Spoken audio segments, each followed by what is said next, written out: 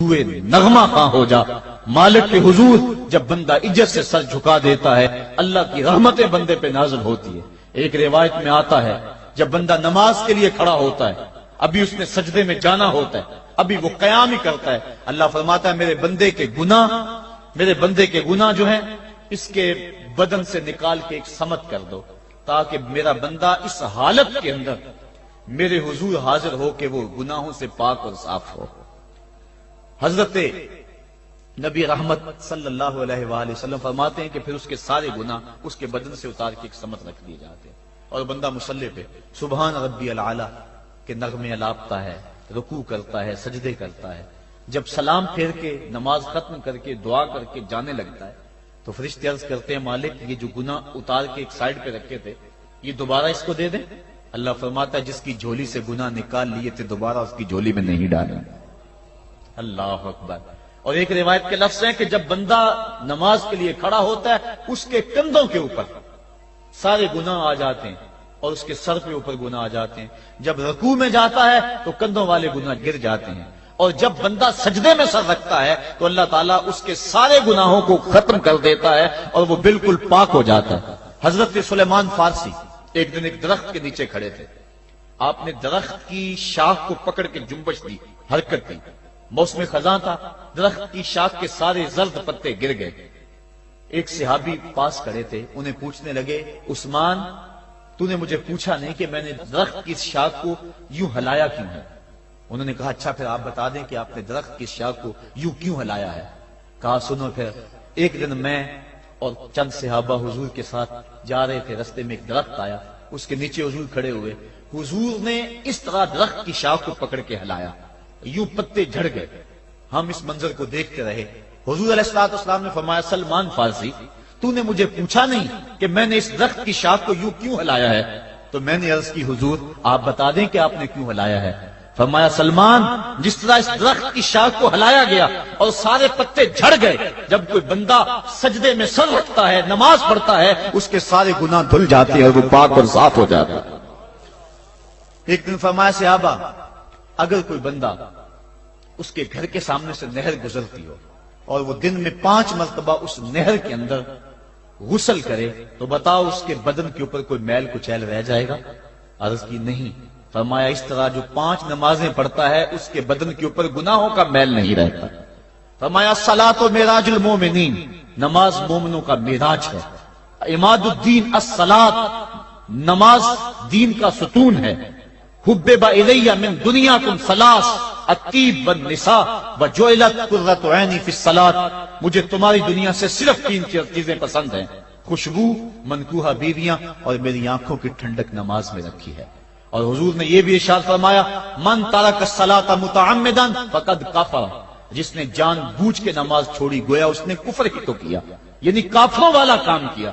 حضرت امام فخر الدین رازی نے تفسیر کبیر میں لکھا حافظوا علی الصلوات والصلاۃ الوسطی، اس آیت کریمہ کے تحت ایک عورت مدینے کی گلیوں میں چیخ رہی ہے اور کہنے لگی مجھے حضور کے در کا پتہ بتاؤ۔ حضور کی چوکھٹ کا پتہ بتلایا گیا، وہ حاضر ہوئی، آقا کریم صلی اللہ علیہ وسلم کی خدمت میں عرض کی حضور میرا خامد سفر پہ گیا ہوا تھا اور میں نے اس کی عدم موجودگی کے اندر زنا کر لیا، حمل ٹھہر گیا، اور جو بچہ پیدا ہوا میں نے مارے شرم کے اس بچے کو سرکے کے مرتبان میں ڈال دیا، اور پھر اسی سرکے سے میں لوگوں کو فروخت کرتی رہی ہوں۔ اب جب کہ میرا ضمیر جاگا ہے میں آپ کی خدمت میں حاضر ہوئی، مجھے بتایا جائے کہ میرے گناہ کا بھی کوئی کفارہ ہے۔ حضور نے ارشاد فرمایا جو تو نے زنا کیا ہے اس کی سزا رجم ہے کیونکہ تو شادی شدہ ہے، اور جو تو نے بچے کو قتل کیا ہے قتل کی سزا قتل ہے، اور جو تو نے سرکہ بیچا ہے فقد ارتکبت کبیرہ، تو نے کبیرہ گناہ کیا ہے، اس کی سزا تو قیامت کے دن پائے گی۔ اس کے بعد حضور فرمایا ان تینوں گناہوں کی یہ سزا ہے، لیکن جس طرح تو گھبرائی ہوئی آئی تھی میں تو یہ سمجھا تھا شاید تیری نماز اثر قضا ہو گئی ہے۔ اب آپ اندازہ کریں کہ نماز کی اہمیت کیا ہے اور ہم اس باب میں کتنی سستی کرتے ہیں۔ کسی سے پوچھا جائے نا آؤ نماز پڑھنے چلے، وہ کہتے ہیں بس یار میرے کپڑے پلید ہیں، کپڑے میرے پاک نہیں ہیں۔ تیرے کپڑے کیسے پاک رہ سکتے ہیں؟ تو اللہ کے حضور جھکنا نہیں جانتا، تیرے کپڑے بھی پلید ہے، تیرا دل بھی پلید ہے، تو اس کے حضور جھک کے تو دیکھ، تن بھی ستھرا کر دے گا، تیری روح کو بھی پاکی دے دے گا، تیرے قلب کو بھی طہارت بخش دے گا۔ تو اس کے حضور آ جھک، اس کے حضور سجدوں سے اللہ کے حضور خراج پیش کر اپنی محبتوں کا۔ جب بندہ سجدے میں سر رکھتا ہے اللہ فرشتوں میں فخر کرتا ہے، میرے بندے کو دیکھو نا، بالآخر میرے حضور ہی جھکا ہے نا، کتنے گناہ کیے اس نے، کتنے جرم کیے اس نے، لیکن بالآخر میرے حضور آیا اور اپنے گناہوں کی معافی مانگتا ہے۔ فرشتوں گواہ ہو جاؤ، میں نے اپنے اس بندے کی مغفرت فرما دی۔ تو اللہ کے حضور نماز پڑھنے والا، بلکہ ایک روایت مسند امام احمد بن حنبل میں موجود ہے، حضور فرمایا جب بندہ نماز کے ارادے کے لیے اٹھتا ہے اور وضو کرنے کے لیے، جب پانی کا پہلا قطرہ چلو پہ لیتا ہے، جو ہی اس کے بدن سے وضو کا پانی چھوتا ہے اللہ اس کے گناہوں کو معاف فرما دیتا ہے۔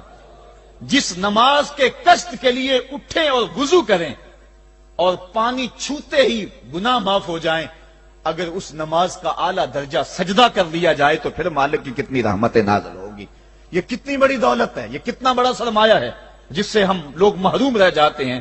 آؤ اللہ کی رحمتیں سجدے میں ڈھونڈیں، سجدے میں پیشانی رکھ کے جب ہم اس کی رحمت کو مانگیں تو وہ مالک ہمارے اوپر رحمتیں نازل کرے گا۔ آج پوری دنیا کے اوپر مسلمانوں کے ساتھ جو حالات ہیں وہ کسی سے مخفی نہیں۔ کوئی کہتا ہے کہ معاشی طور پہ مسلمان کمزور ہیں، اس وجہ کو بھی میں تسلیم کرتا ہوں۔ مسلمان کے پاس آلات حرب و ضرب بھی موجود نہیں ہیں، اس وجہ کو بھی تسلیم کر لیا جائے۔ سیاسی طور پہ مسلمان کمزور ہیں، اس وجہ کو بھی تسلیم کر لیا جائے۔